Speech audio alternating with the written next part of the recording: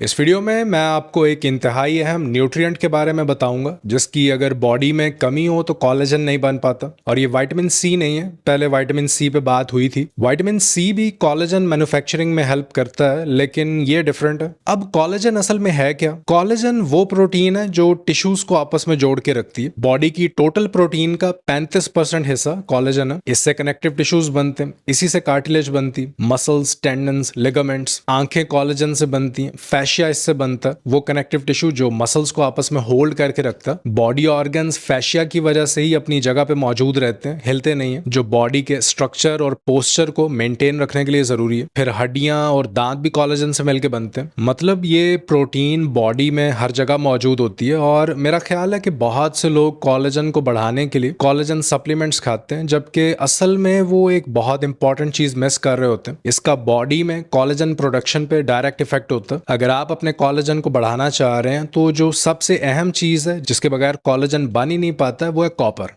Copper collagen loss को रोकता है। कॉपर से इलास्टिन बनती है, ये वो प्रोटीन है जो कोलेजन के साथ मिलकर काम करती है और टिश्यू ब्रेकेज को रोकती है। जब कोई मैकेनिकल स्ट्रेस आती है टिश्यूज पर तो ये इन्हें सपोर्ट फराहम करती है। और कॉपर एक ट्रेस मिनरल है, मतलब इसकी बहुत कम मकदार में जरूरत होती है। ये बेसिकली उन एंजाइम्स के एक्शन को कंट्रोल कर रहा होता है जिनसे कोलेजन समेत और भी कुछ दूसरी प्रोटीन्स बनती है। और अगर बॉडी में कॉपर की कमी हो तो बहुत से मसाइल पैदा हो सकते हैं। पहले नंबर पे है loose skin, sagging, cellulite, joint pain, osteoarthritis. हड्डियां कमजोर होने लगती हैं जिसकी वजह से फ्रैक्चर्स और ऑस्टियोपोरोसिस का खतरा बढ़ जाता है। वेरिकोज वेन्स, वैस्कुलर प्रॉब्लम्स जिसमें खून की नालियों में लचक कम हो जाती है। इलास्टिसिटी खो देती है क्योंकि कोलेजन कम बन रहा होता है। मसल्स वीक होने लगते हैं। ओवरऑल मसल स्ट्रेंथ और फंक्शन मुतासर होते हैं। वीकनेस, फटीग, फिजिकल एंड्योरेंस कम हो जाती है। फिर कॉपर के और बहुत से फायदे हैं। ये सनलाइट टॉलरेंस को बढ़ाता है। वो इस तरह के ये एक एंजाइम लाइसिल ऑक्सीडेज को बनाता है और ये एंजाइम स्किन में मौजूद होता है। स्किन को यूवी रेडिएशन से बचाता है। कॉपर से ही मेलानिन बनता है और मेलानिन इन यूवी रेडिएशंस को अपने अंदर एब्जॉर्ब कर लेता है, जिससे कि आप ज्यादा देर तक बगैर स्किन को नुकसान पहुंचाए धूप में रह सकते हैं। हर्निया में भी ये हेल्प करता है। इस रिसर्च का लिंक भी मैं इस वीडियो के नीचे डाल दूंगा। ये स्टडी उन लोगों पे की गई थी जिन्हें हर्निया था, हर तरह का हर्निया, इंग्वाइनल, हाइटल। इसमें इन सब लोगों में कॉपर डेफिशिएंसी भी देखी गई और हर्निया में टिश्यूज वीक हो जाते हैं। किसी भी हैवी चीज को उठाने पे, इवन खांसी आने पे दर्द होता है। Connective tissues wear and tear का शिकार हो जाते हैं। तो इसमें बेसिकली टिश्यूज अपनी स्ट्रक्चरल इंटेग्रिटी खो देते हैं, अपनी साख्त खोने लगते हैं और इन सब लोगों में कॉपर की कमी नोट की गई। अगर आपके जॉइंट्स वीक हो गए तो चांसेस है कि बॉडी में कॉपर की कमी है। कॉपर हाइड्रेशन को सही रखता है, पानी की कमी नहीं होने देता, खासतौर पे एथलीट्स में। ये ज्यादा देर तक बगैर रुके पानी के बगैर परफॉर्म कर पाते हैं। तो अब आप देखें इसमें muscles, connective tissues, joints, blood vessels, even lower back discs को कॉपर की जरूरत होती है। ये सब चीजें कॉपर को कोलेजन से कनेक्ट करती हैं। फिर एक और अहम पॉइंट, अगर कोई आयरन डेफिशिएंसी, एनीमिया का शिकार है, आयरन की कमी है जिसकी वजह से खून की कमी हो रही है, और अगर कॉपर की भी कमी है तो आप इवन आयरन सप्लीमेंट्स भी ले रहे हैं तब भी एनीमिया का मसला हल नहीं कर पाएंगे, क्योंकि कॉपर रेड ब्लड सेल्स के साइज और शेप को कंट्रोल करता है।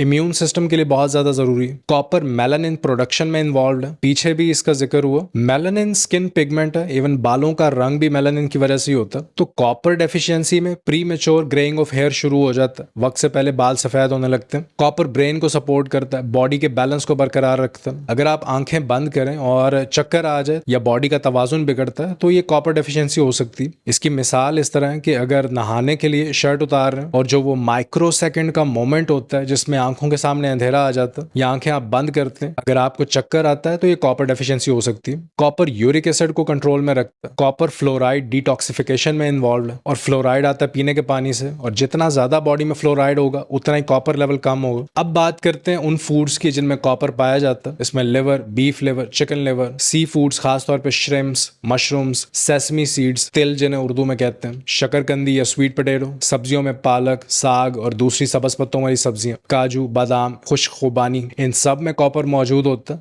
अब कॉपर की कमी होती क्यों है, क्या वजूहात है? इनमें सबसे बड़ी वजह है कि अब मिट्टी में कॉपर लेवल्स कम हो गए। इसी मिट्टी पे जो पौधे उगते हैं यही पौधे फिर जानवर खाते हैं और इन्हीं जानवरों का गोश्त फिर इंसान खाते हैं। तो फूड में कॉपर नहीं है और ये कमी फिर इंसानी जिस्म में आ जाती है। फिर अगर किसी ने गैस्ट्रिक बाईपास सर्जरी करवाई तो इस सर्जरी के बाद भी कॉपर डेफिशिएंसी देखी गई है। अगर कोई विटामिन सी बहुत ज्यादा खा रहा है, खासतौर पर एस्कॉर्बिक एसिड जो विटामिन सी कॉम्प्लेक्स का हिस्सा, तो इससे भी कॉपर की कमी हो सकती है। एक और कॉमन वजह है जिंक सप्लीमेंट्स का ज्यादा इस्तेमाल। इसलिए मैं हमेशा रेकमेंड करता हूँ कि इन्हें कॉम्प्लेक्स फॉर्म में लें। जिंक, कॉपर और दूसरे ट्रेस मिनरल्स का कॉम्प्लेक्स फॉर्मूला लें, क्योंकि इन सब की रेशोज का बैलेंस रहना जरूरी है। एक ज्यादा हो गया तो ये दूसरे की कमी कर देता। आजकल वैसे भी जिंक सप्लीमेंट्स ट्रेंड में है, तो ज्यादा जिंक लेना कॉपर डेफिशिएंसी की एक वजह, चीनी का ज्यादा इस्तेमाल कॉपर की कमी की वजह बनता। और ये बात शायद आपको हैरान करेगी कि फाइबर का ज्यादा इस्तेमाल भी कॉपर की कमी की वजह बन सकता। खासतौर पे वेजिटेरियंस में फाइबर इंटेक ज्यादा होता है, एनिमल प्रोटीन बिल्कुल नहीं होती फूड में। फाइबर को आप बैलेंस डाइट का हिस्सा रखें, इसे एक्स्ट्रा लेने की जरूरत नहीं है। तो ये है मेरी रिकमेंडेशंस।